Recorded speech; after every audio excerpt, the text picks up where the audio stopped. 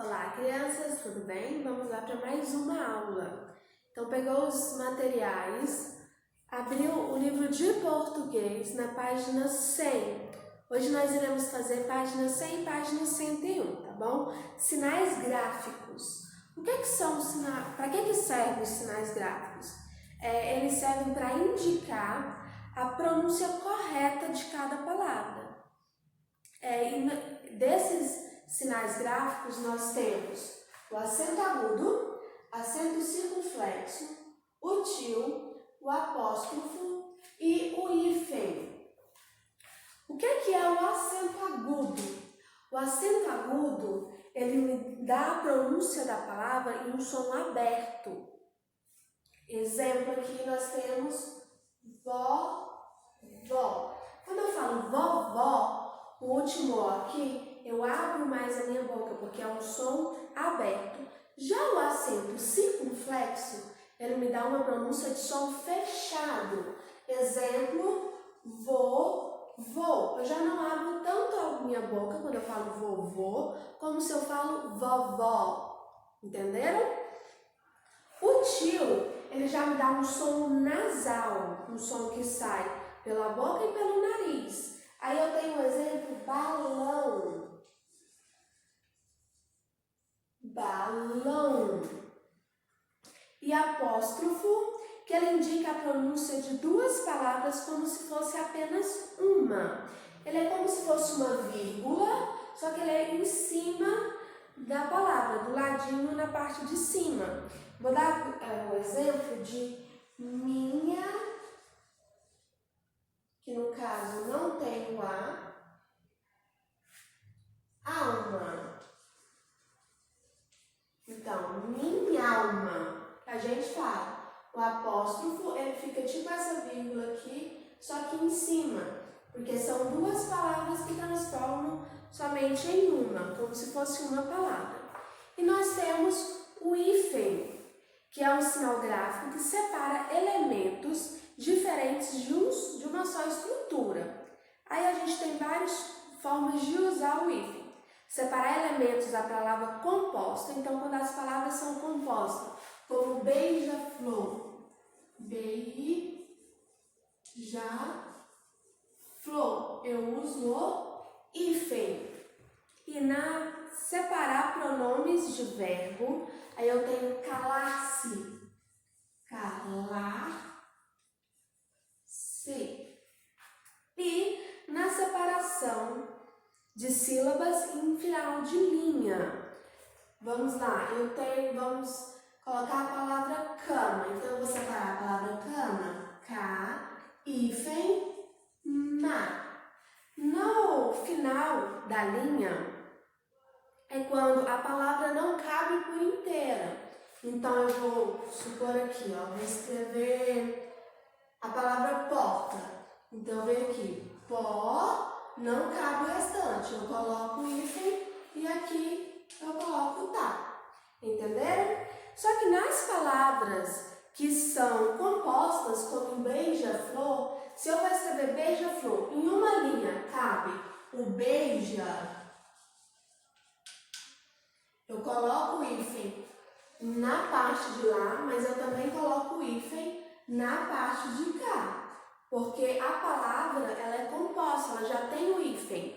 Então, para eu entender que essa palavra tem o hífen no meio dela, e eu vou separar ela de linha, eu coloco tanto o hífen no final da linha, como no começo da linha, tá bem? Aí vocês irão fazer as atividades da questão 1 e a questão 2. A questão 1 vocês vão escrever, observar as palavras e escrever qual que é o sinal que está faltando aí. O sinal agudo ou o sinal circunflexo, de qual palavras. E na 2, vocês irão ler o texto. Leia o que Mara disse à turma sobre as férias com seu avô e responder letra A e letra B, tá bem? Depois a gente volta com a correção.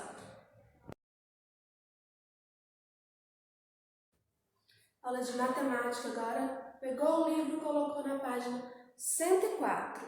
Iremos fazer página 104 e 105, tá bom? A gente viu ontem que existem várias formas de se fazer uma adição. Aí vocês irão responder essa atividade da questão 4 até a questão 6.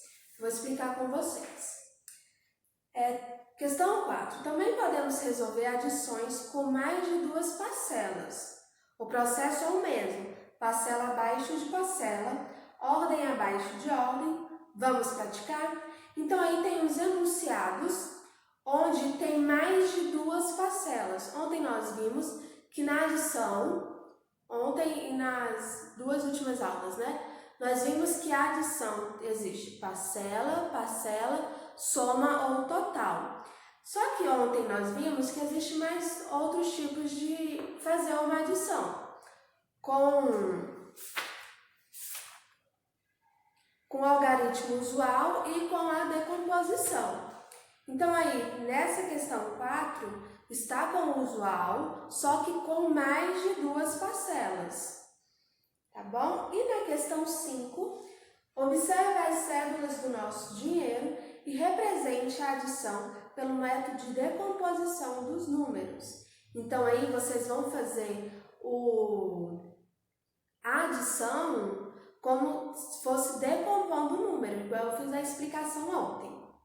E na número 6, vocês vão, agora escrevam o valor absoluto de cada número das adições do quesito anterior de cada quadro, valor e lugar a seguir. Então, vocês irão letra A, letra B e letra C. Respondi de forma decomposta. Depois eu vou escrever nos números no valor absoluto, que vai ser os mesmos números, de forma usual, tá bem? Agora a nossa aula de história vai ser feita da página 40 até a página 47. A história do município. A história de um município apresenta fatos e acontecimentos históricos. Cada município ele tem a sua história e apresenta um símbolo único de patrimônio, patrimônio de símbolo único. E esses patrimônios é formado pelos aspectos naturais. Há também os bens sociais construídos, como os eventos marcantes, o momento de uma fundação, a assinatura de um documento, de um tratado importante. E por esse motivo, eles têm que ser protegidos e valorizados, porque eles são patrimônio daquele município, ele pertence àquele município, à história daquele município. E o conjunto de todos os bens compõe o patrimônio cultural. E o patrimônio cultural é dividido em material e imaterial.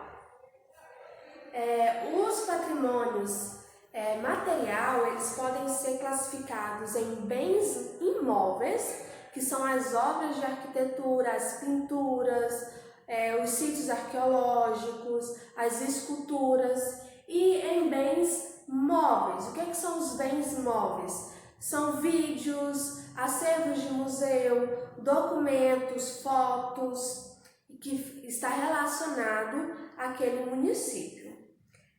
Também é importante pontuar que fazem parte do patrimônio cultural os vestígios subaquáticos, que estão submersos há mais de 100 anos. Então, relacionado a subaquáticos, eles têm que estar submersos há 100 anos para ele poder ser um patrimônio daquela e ter importância para aquele município, ser histórico. Já o patrimônio cultural imaterial é passado de geração em geração e permanentemente é recriado pelos grupos para que o mantenham de acordo com o ambiente, com a natureza e com a própria história. Essa relação cria um sentimento de identidade. Então, é algo que é passado de geração em geração e que ele é cuidado para que as pessoas possam visitar e possam ver aquele patrimônio imaterial. Agora, na atividade que vocês irão fazer, que é da página 42 até a página 45, A maioria das perguntas são pessoais, então eu quero foto, tá? Das atividades. Vou explicar para vocês agora.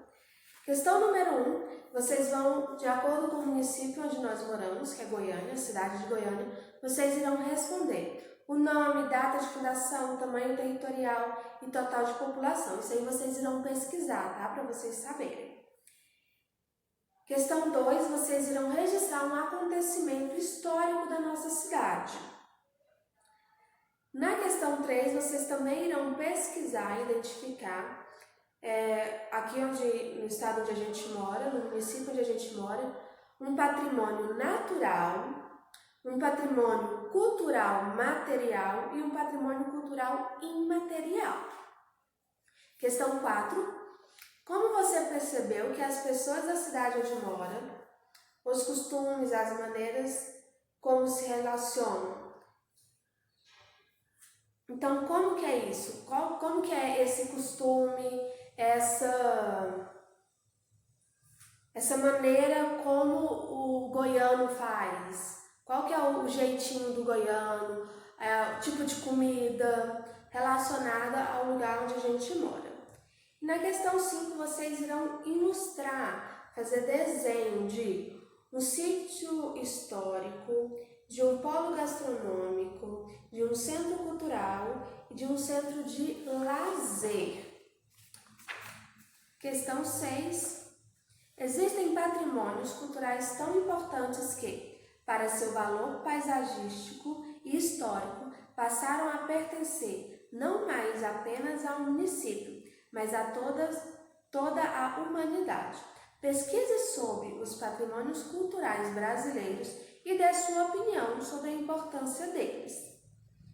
Na 7, você viu que o patrimônio cultural imaterial é passado de geração em geração e que é recriado de acordo com o ambiente, pois está associado à identidade. Por isso é possível dizermos que a mesma celebração é comemorada de maneiras diferentes em um mesmo país. Pensando nisso, realize uma pesquisa e construa um pequeno texto estabelecendo as semelhanças da comemoração do Carnaval em alguns estados brasileiros. Lembra no nosso texto em artes sobre o Carnaval, que é uma manifestação cultural, uma festa cultural, em que em várias regiões do Brasil são comemoradas de forma diferente? Então é isso aí que vocês irão pesquisar e escrever. Questão número 8. As cidades dos municípios são suportes de memória. Escreva a resposta das perguntas apresentadas. Então tá aí as perguntas e vocês vão colocar se é para se divertir, se é para passear, se é para brincar. Questão 9. Desenhe um local carregado de memórias que existe no município onde você mora. Então você vai escolher um lugar de Goiânia e vai desenhar aí. Na questão 10, o patrimônio de um município é tudo que está relacionado à sua construção e identidade histórica ou cultural. Escreva exemplos de patrimônio histórico e cultural do município onde você mora. Questão 11 também é uma pesquisa. Vocês irão pesquisar e explicar com suas palavras quando uma cidade é tomada pelo patrimônio histórico e cultural da humanidade. 12. Encontre uma pessoa que seja antiga moradora do bairro onde você mora e escreva o depoimento dela a respeito das mudanças que aconteceram no bairro ou ao longo do tempo. Como estamos de quarentena e não podemos sair para fazer uma pesquisa com alguém que mora mais tempo no bairro, se vocês conseguirem responder essa questão, ok. Se não tiverem ninguém para ajudar vocês a falar como foi a transformação do bairro, podem ficar tranquilos, tá? Deixem em branco que depois a gente responde. Escreva um resumo da história do bairro onde você mora. Se vocês pesquisarem, vocês podem responder essa questão aí também. E na última questão, questão 14, a cidade de Ouro Preto, em Minas Gerais, possui grande acervo cultural e, em 1980, se tornou a primeira cidade brasileira reconhecida pela Unesco como Patrimônio Cultural da Humanidade. Pesquise em jornais, livros ou internet mais informações e imagens dessa cidade e registre sua pesquisa no espaço abaixo. Tia Paula, eu não tenho como colar uma imagem, eu não tenho como pesquisar. Não se preocupem. Caso vocês não tiverem como encontrar uma imagem ou imprimir na internet, podem deixar essa que a gente faz depois, tá bom? A tia Paula procura algumas imagens e quando a gente retornar para nossas aulas presenciais, a gente responde essa daí e a questão número 12 também, ok? Boa atividade!